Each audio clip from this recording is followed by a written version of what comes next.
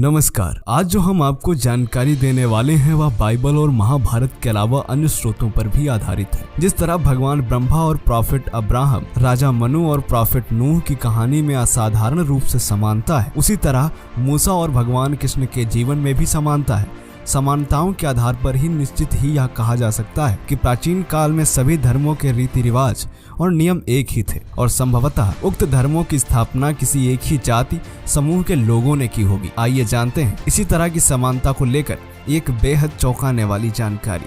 नमस्कार, आप देख रहे हैं द साइंटिफिक हिंदू और मैं हूं आपके साथ आपका दोस्त धीरेन्द्र। कहते हैं कि महाभारत युद्ध की समाप्ति के बाद गांधारी के श्राप के चलते जब यदुवंशियों के बीच द्वारिका के प्रभास क्षेत्र में मौसूल युद्ध हुआ तो उस समय कई यदुवंशी द्वारिका छोड़कर समुद्र के रास्ते पश्चिम की ओर भाग गए थे। भागकर वे सीरिया, अरब, इजिप्ट होते हुए फिलिस्तीन, इजराइल पहुंच गए थे। तभी से वहीं पर कुछ यदुवंशी रह रहे थे। उन्हीं यदुवंशियों ने इजराइल में एक नए साम्राज्य की स्थापना की। इधर यदुवंशियों के कुछ समूह को अर्जुन बचाकर हस्तिनापुर ले जा रहे थे, लेकिन रास्ते में दस्युओं के हमले से कई यदुवंशी मारे गए। बच गए थे तो श्री कृष्ण की पत्नियां, उनका एक प्रपौत्र जिसका नाम व्रजनाभ था।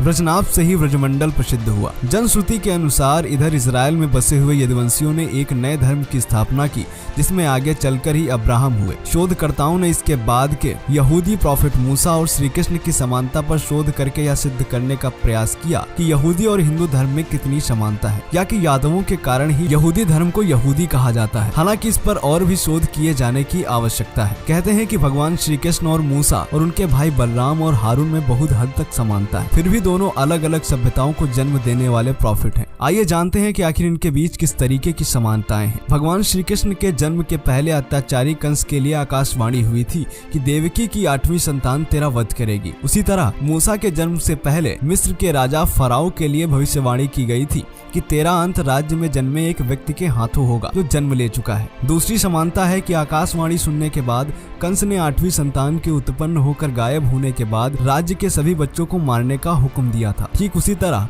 मिस्र के राजा ने भी राज्य के सभी बच्चों को मारने का हुक्म दे दिया था, जो कि 1 वर्ष से कम उम्र के थे। तीसरी समानता है कि हुक्म के पहले ही जिस तरह भगवान श्री कृष्ण को उनके पिता ने एक सुपड़े में रखकर नदी के पार नंद के यहाँ छोड़ दिया था, उसी तरह मूसा की माता ने मूसा को एक टोकरी में नदी में छोड़ दिया था। कुछ समय बाद मिस्र की रानी ने जब उस टोकरी को देखा तो उन्होंने उसमें से उस बच्चे को लेकर उसका पालन पोषण किया। इस तरह श्री कृष्ण और प्रॉफिट मूसा को दूसरी माँ ने पाला। चौथी समानता है कि जिस तरह श्री कृष्ण के बड़े भाई बलराम थे लेकिन प्रमुखता श्री कृष्ण की थी, उसी तरह प्रॉफिट मूसा के बड़े भाई हारून थे लेकिन प्रसिद्धि प्रॉफिट मूसा को ही मिली। 5वीं समानता है भगवान श्री कृष्ण के मुख से गीता की वाणी प्रकट हुई तो प्रॉफिट मूसा के मुख से यहूदी धर्म के 10 नियम निकले जिन पर यहूदी धर्म कायम है। 6ठी समानता है भगवान श्री कृष्ण जिस तरह अपने लोगों के साथ मथुरा से निकल कर अपने पूर्वजों की भूमि द्वारिका चले गए थे, उसी तरह जब मूसा को पता चला कि मेरे पूर्वजों की भूमि तो यरूशलेम है तो वे भी अपने हिब्रू कबीले के लोगों को लेकर मिस्र से निकल गए थे।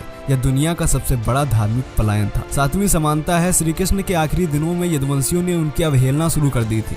कोई भी यदुवंशी उनकी बात नहीं मानता था और इसी कारण उनमें आपस में युद्ध हुआ और सभी मारे गए।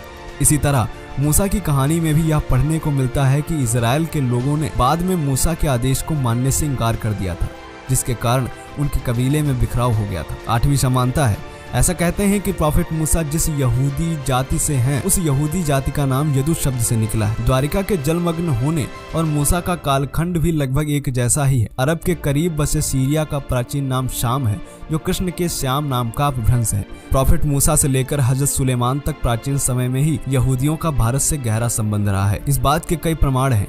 हालांकि क्या यादवों की एक शाखा से ही यहूदी धर्म की उत्पत्ति हुई है यह शोध का विषय हो सकता है, लेकिन इन समानताओं से पता चलता है कि यहूदी भी हिंदू धर्म का ही हिस्सा थे कभी। वैसे आपका इस पर क्या विचार है, कमेंट करके बताएं। जय हिंद, जय भारत, वंदे मातरम।